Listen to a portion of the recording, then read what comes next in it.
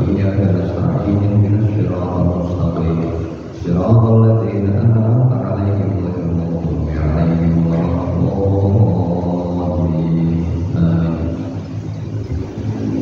Jemaah seluruh yang Allah Subhanahu wa taala, sama-sama kita lanjutkan kajian kitab kita.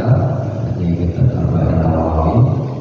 Kita ini sampai pada hadis yang ke-40, sudah hampir selesai. Hadis yang ke-40. Al-Hadisul Arba'un. Hadis ke-40. Bismillahirrahmanirrahim. Ani Ibnu Umar radhiyallahu anhu qala. Jadi sahabat Ibnu Umar Allah meridhai atas keduanya, berkata sahabat Ibnu Umar, akhadha Rasulullah sallallahu alaihi wasallam bi mankibai qala kul fid dunya ka'annaka gharibun aw 'abiru sabil.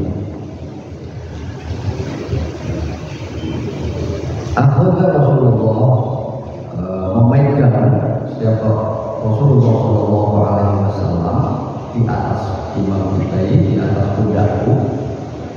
Sahabat Ibnu Umar dipegangan pundaknya oleh Rasulullah sallallahu alaihi wasallam. Faqala, maka Rasulullah bersabda, kun fid dunya ka'annaka gharibun. Kun jadilah engkau, ya, mukhatabnya memang Ibnu Umar. Fid dunya, di dunia ini ka'annaka gharibun, seperti orang asing, seperti orang ya asing. Di dunia ini jadilah orang apa? Bukan lokal, orang asing. Kamu hidup di dunia ini berperilakulah sebagaimana orang asing, orang yang tidak di rumahmu sendiri, ya kira-kira gitu. Rumah orang di dunia ini kamu seperti gharibun, orang asing, tidak dalam rumahmu sendiri. Kalau abiru sabilin, atau orang yang nyebrang jalan, orang yang nyebrang jalan. Ini simpel ya. Cuma di sini redaksi ini, kun dunia ka'annaka gharibun aw abiru sabilin. Adalah kamu ini hidup di dunia ini seperti orang asing. Ya, jangan anggap rumahmu sendiri, rumah yang kita tinggal sendiri. Atau anggap saja kamu kayak orang lewat di jalan, nyebrang di jalan, kita nyebrang. Kita hidup di dunia itu gitu. Oleh Rasul, sahabat Ibnu Umar dipesan agar hidup di dunia ini ditempatkan sebagai orang asing. Karena orang asing, kita tidak orang selamanya di situ, ya jangan macam-macam, namanya juga orang asing. Atau anggap aja kita ini kayak orang kayak nyebrang. Maka kalau orang Jawa itu ada pepatah, hidup di dunia ini ada unen-unen seperti mampir ngombe. Hidup di dunia ini seperti orang mampir minum. Karena ini alotnya ya hadis Rasulullah ini, bukan tanpa makna, itu dalam bahwa hidup di dunia ini layaknya mampir ngombe. Artinya apa? Karena kita ini dunia kayak orang asing, ya berperilakulah yang hati-hati dan tempatkan itu sebagai asing, bukan milik kita. Jadi kalau kita lagi di tempat orang, ini misalnya kita lagi sewa villa di puncak atau villa di Lembang itu, ya perilaku kita kan kayak orang asing, ya tidak mungkin namanya villa orang yang nggak kita cek. Wah, ini villa ini kurang sip ini, mari kita cek. Kayaknya warnanya kok kurang warna mejo. Padahal itu villa orang. Atau ini kursinya kurang empuk ini. Kita cari-cari sesuatu yang nyocokin kita, padahal itu rumah orang. Di dunia ini kita ini juga sama. Kita ini orang-orang luar. Gitu. Maka Jadi atau di dunia ini kayak Nabi Musa bin orang dari mana lewat dunia keluar lagi. Nabi Musa bin seberang jalan, orang-orang nyebrang, ya tiba-tiba lewat lagi. Jadi kita memposisikan dunia karena ini seperti transit, ya kita menjadikan transit. Makanya kalau bahasanya sederhananya ini, kita ini kan transit. Misalnya nih ada orang, ya misalnya di Surabaya sudah tahu misalnya ini dia akan punya rumah abadinya itu membangun rumahnya di Bandung, ya Pak. Lalu sekarang tinggal di Depok, tapi sebenarnya dia tahu bahwa rumahnya itu adalah nanti di Bandung. Nah, kalau kita berpikir rasional, yang kita perbaiki, yang perlu kita siapkan rumah di Bandung apa kita di Depok, ya kan?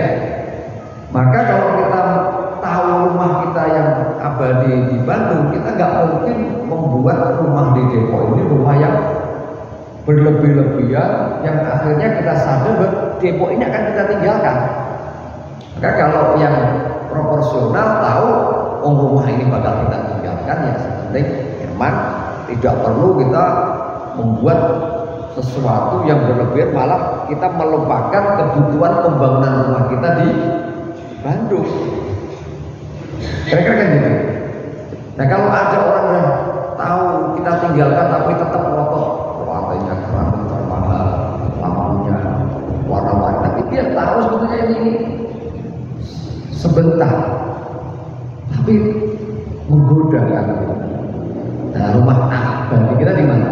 Abadi kita ada di akhirat.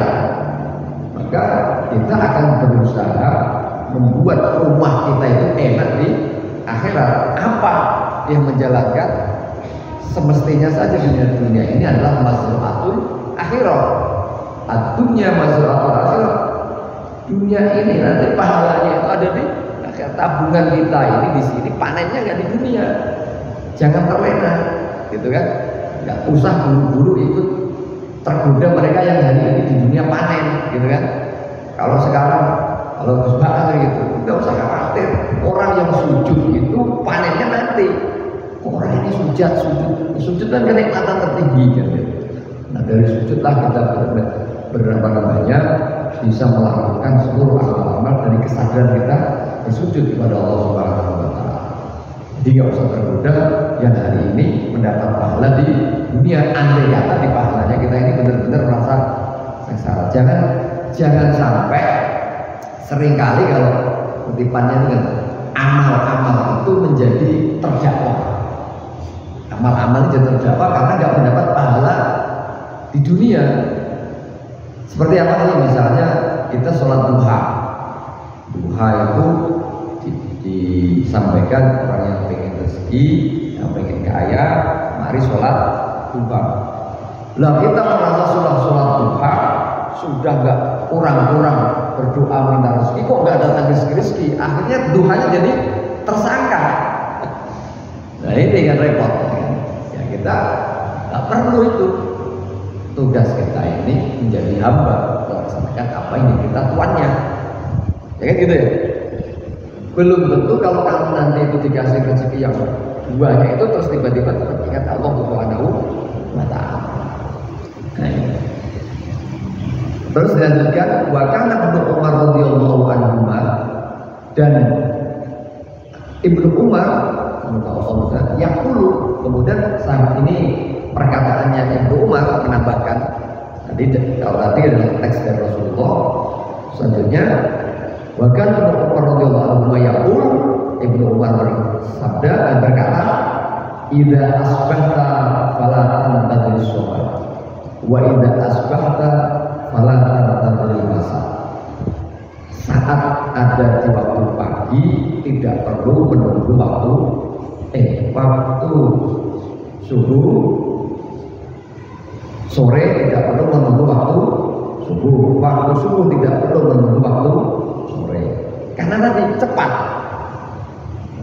Wah kita nanti aja lah mengerjakan ini sore-sore ini kita kerjakan sekarang, nggak perlu. Kalau kata Ibnu Umar, kalau sekarang sore nggak perlu ditunda kebaikan-kebaikan, perilaku yang yang harus kita laksanakan bisa di sore hari.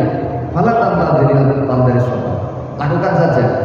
Dan jika itu pagi, fala tanpa dari masa, tidak perlu menunggu sore. Nah, jadi karena tadi cepat. Iya kalau besok itu masih hidup. Nah, kan kita berapa banyak hari ini teman-teman yang tahu-tahu ada berita di WA, berita di medsos, loh, hanya kemarin baru ketemu sekarang dipanggil Allah Subhanahu wa Ta'ala. Kita nggak pernah tahu, maka saat kita ingin sesuatu baik itu jangan ditunda, langsung saja. Maka ada sebuah hadis juga ibdan khomsan qabla khomsin. Manfaatkanlah, pakailah, optimalkanlah waktu 5 sebelum 5 yang datang. Nah, gitu kan. Jangan sampai kita rugi karena melewatkan masa 5 yang kalau kita ini sekarang masih muda, sababaka qabla harumika. Kalau kita masih muda, manfaatkan mudamu sebelum datang tuamu. Ya kan? Wah, tahu-tahu mungkin kemarin saya nanti aja lah, nanti kan masih garas ini kan masih pengen sono pengen sini, masih nanti aja lah ibadah kalau tua aja. Nanti saja lah Allah itulah, meskipun banyak duit hanya belum siap. Pokoknya kalau jangan ditunda-tunda, Allah bisa. Jadi kalau lagi muda kita manfaatkan mudanya, nggak usah nunggu tua. Sihatika qabla apa?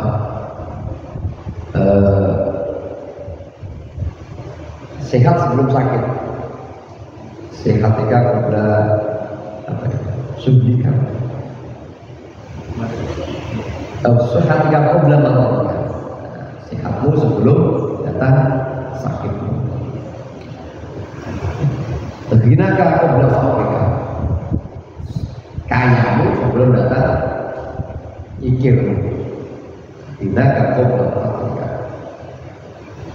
Dan luarmu sebelum datang kata sempitmu, dan hidupmu sebelum datang matimu. Jadi Ibnu Umar ini juga menyampaikan kalau lagi sore nggak usah tunggu pagi, kalau lagi pagi nggak usah tunggu sore. Ini juga ada hadis yang menunjukkan bahwa kita menjaga 5 perkara sebelum datang 5 perkara. Nah, saya kira itu inti dari hadis ke-40 hadis Arba'in Nawawi ini. Mudah-mudahan kita semuanya diridhoi Allah Subhanahu wa Ta'ala, dapat pertolongannya, dapat petunjuknya, sehingga kita bisa menempatkan dunia ini seproporsinya sebagai maslahatul akhirah. Demikian dari kami, terima kasih. Ihdinas siratal mustaqim. Assalamualaikum warahmatullahi wabarakatuh.